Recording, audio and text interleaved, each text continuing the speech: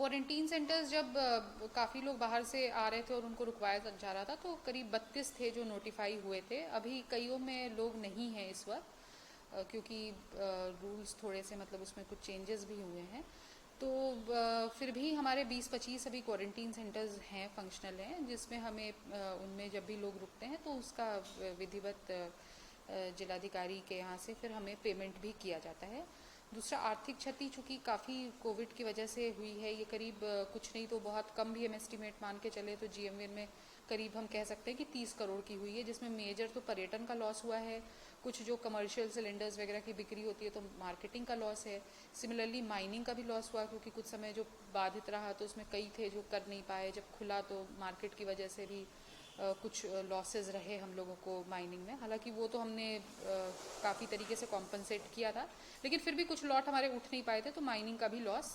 हुआ था। और दूसरा,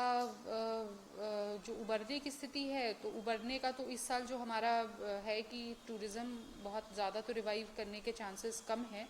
क्योंकि अगर होगा भी, खुले हैं हमारे गेस्ट हाउसेस, लोग आएंगे भी तो संख्या उनकी बहुत कम रहेगी, इतनी नहीं रहेगी कि जीएमवीएन के फाइनेंसेस को बहुत ज़्यादा बूस्ट मिल सके उस धनराशि से। तो इसीलिए हम लोगों का प्रयास है कि इस बार माइनिंग में हम कुछ इस तरीके से कुछ स्टेप्स उठाएं जिसकी वजह से माइनिंग के लॉट्स हमारे उठें और उससे धनराशि ज़्यादा आए जीएमवीएन में। तो यही इसी और प्रयासरत हैं, जिसमें कुछ चेंजेस जो मंत्रिमंडल, माननीय मंत्रिमंडल द्वारा भी अनुमोदित हो चुके हैं,